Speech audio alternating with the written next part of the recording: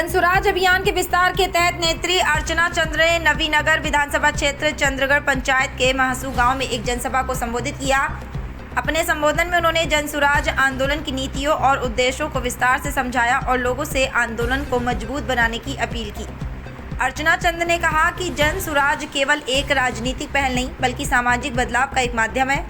उन्होंने जनता से संवाद करते हुए क्षेत्र की समस्याओं पर भी चर्चा की और भरोसा दिलाया कि जनसुराज के माध्यम से जनता की आवाज़ को मजबूती से उठाया जाएगा। या कुछ कहीं नेत्री अर्चना चंद्र ने देखे पूरी खबर।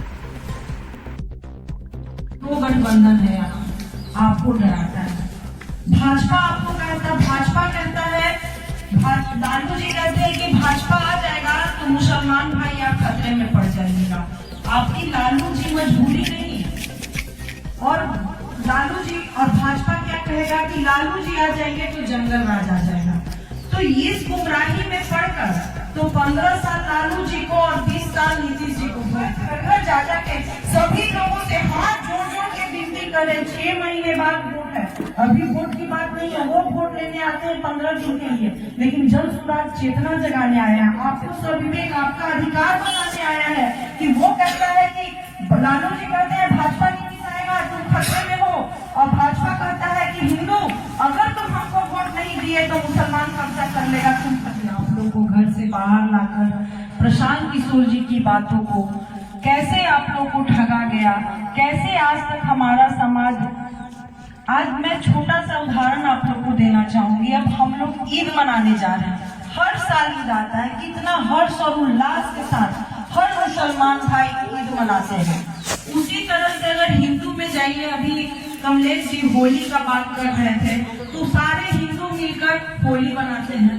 तो देश का मिलन जहाँ हम लोग सद्भावना और भाईचारे की बात करते हैं, जब देश निर्माण की बात हो, समाज निर्माण की बात हो, बिहार निर्माण की बात हो, तो हमारे प्रखंड अध्यक्ष लौ जी बहुत अच्छी बात आपको डराता है। भाजपा आपको कहता, भाजपा कहता है, लालू जी कहते हैं कि भाजपा आ जाएगा तो मुसलमान भाई आप खतरे में पड़ जाइएगा। आपकी लालू जी मजबूरी नहीं, और लालू जी और भाजपा क्या कहेगा कि लालू जी आ जाएंगे तो जंगल राज आ जाएगा। तो इस गुमराही में पड़कर तो 15 साल लालू जी को और 20 साल नीतीश जी को। मैं धर्म पर थोड़ा जाना चाहूंगी। मैं आपको बताना चाहूंगी कि हिंदू समाज हो या मुसलमान समाज, अगर मुसलमान समाज के लिए कुरान बहुत ही पाक है तो हिंदू समाज के लिए गीता भी बहुत पाक है। अगर आप दोनों धर्म को देखा जाए तो धर्म स्थापना के लिए अगर गीता ने कृष्ण ने गीता में कहा था, यदा यदा हि धर्मस्य ग्लानिर्भवति भारत अभ्युत्थानम् अधर्मस्य तदात्मानं सृजाम्यहम् पवित्राणाय साधूनां विनाशाय च दुष्कृता धर्म संस्थापनार्थाय संभवामि युगे युगे। यानी धर्म की स्थापना कब होगी? जब युद्ध होगा। उसी तरह से आप कुरान में जाइए, और हम लोग हमेशा मुहर्रम के समय जाते हैं, जो करबला का युद्ध बनाया जाता है, उसमें पूरे मुसलमान भाई एक साथ स्वर में चिल्लाते हैं, कत्ले हुसैन असले मर्गे यजीद है, इस्लाम जिंदा होता है हर करबला के। तो ये टाइम होता है। तो अब हमें समझने की जरूरत है, हमारा हिंदुस्तान हिंदुओं के लिए भी है, हमारा हिंदुस्तान मुसलमानों के लिए भी है, हमारा हिंदुस्तान सिख के लिए भी है, हमारा हिंदुस्तान ईसाई के लिए, जैन के लिए, बौद्ध के लिए, सबके लिए है। सबसे बड़ा जहां हम गर्व से कहते हैं कि हम हिंदुस्तानी हैं, वहां पे धर्म की बात नहीं होती, वहां हिंदुस्तान की बात होती है, वो है हमारा संविधान। और संविधान में सबसे पहला लाइन क्या कहा गया है? हम भारत के लोग, यानी टोटल भारतीय। कहीं आजादी के समय कहीं हिंदू मुसलमान अगर हुआ होता तो क्या हमारा देश आजाद होता? सब लोग विवेक से सोचिए, क्या हमारा देश आजाद होता? आज 35 साल से हम इस बिहार में, हम पीछे नहीं जाते, वर्तमान में 35 साल की बात करते हैं। लोग हमें डरा कर गुमराह करके वोट ले लेते हैं। आज क्या हमारे बिहार को मिला? आप कहीं भी चले जाइए, मैं मुसलमान भाई आपसे कहना चाहूंगी, आपके बच्चे बाहर होंगे तो आज ईद की छुट्टी मिल रही है, हम 2 दिन के लिए घर आ रहे हैं। कोई बच्चा कहता होगा नहीं ईद में इस बार हमारी कंपनी छुट्टी नहीं दे रही है, मैं अपने घर नहीं आ रहा हूँ। तो कारण क्या है? इस बिहार में आप वोट किए अपने अधिकार के लिए, इस बिहार में आप अपने लिए वोट दिए अपने परिवार की समृद्धि के लिए, अपने बच्चों की शिक्षा के लिए, लेकिन आपको क्या मिला? 15 दिन के लिए लोग आता है, आपको गुमराह कर देता है। अभी तक वोट की ताकत क्या है हमको समझने नहीं दिया है। जब हम हमारे हिंदुस्तान में संविधान में बाबा साहब भीमराव अंबेडकर समता मूलक समाज की बात कही थी, और समता मूलक समाज कब बनता है?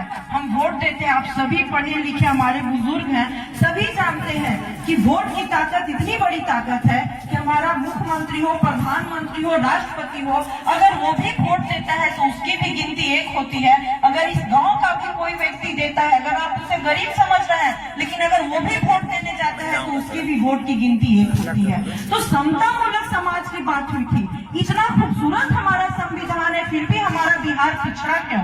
ये भी सोचने की जरूरत है। महात्मा गांधी गुजरात में पैदा हुए थे, हम लोग सभी जानते हैं कि महात्मा गांधी गुजरात में पैदा हुए थे, लेकिन सत्याग्रह के लिए किसको चुना था? किस राज्य को चुना था? बिहार को चुना था। बिहार मेरा विकसित राष्ट्र रहा होगा, बिहार के लोग बहुत अनुभवी रहे होंगे और सत्याग्रही रहे होंगे। उसने गुजरात को छोड़ दिए, गुजरात को सत्याग्रह के लिए नहीं चुना तो किस स्टेट को? बिहार को। तो सोचिए, आज गुजरात आगे है और मेरा बिहार पीछे है। क्यों पीछे है? यही समझाने प्रशांत किशोर जी की बातें जो हम लोग लेकर आए हैं, जाकर के सभी लोगों से हाथ जोड़ के विनती करें। 6 महीने बाद वोट है, अभी वोट की बात नहीं है। वो वोट लेने आते हैं 15 दिन के लिए, लेकिन जन स्वराज चेतना जगाने आया है, आपको सविवेक, आपका अधिकार बताने आया है। कि वो कहता है कि लालू जी कहते हैं भाजपा नहीं जिताएगा, तुम खतरे में हो, और भाजपा कहता है कि हिंदू अगर तुम हमको वोट नहीं दिए तो मुसलमान कब्जा कर लेगा। नहीं करके अभी ईद है, ईद आएगा तो क्या आप हिंदू भाइयों को अपने घर न्योता नहीं देते सेवई खाने के लिए? अगर होली आता है तो क्या वो हिंदू भाइयों को न्योता नहीं देते कि हमारे यहाँ होली में आइए, हमारा कुछ जलपान लीजिए? इतना प्रेम, तो फिर 15 दिन के चुनाव में आकर तुम हमें गुमराह क्यों करते हो? तुम बात करो ना, यहाँ के अधिकार की बात करो, जो हमारा समाज, हमारा बिहार पिछड़ रहा है उसकी बात करो ना।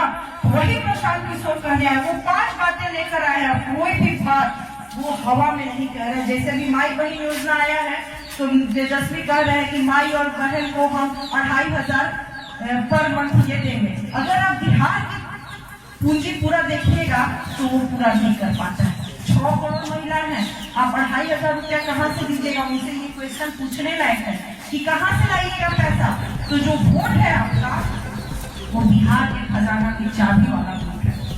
बिहार में आपको 2,80,000 करोड़ रुपया का वो चाबी है, तो चाबियां वो आपसे लेता है, आपको गुमराह करके। आप ही का पैसा है ये। बिहार सरकार के पास जो पैसा है किसी की पैसा नहीं, वो राजद का है, न भाजपा का है, न जदयू का है, न चिराग का है, वो आपका पैसा है।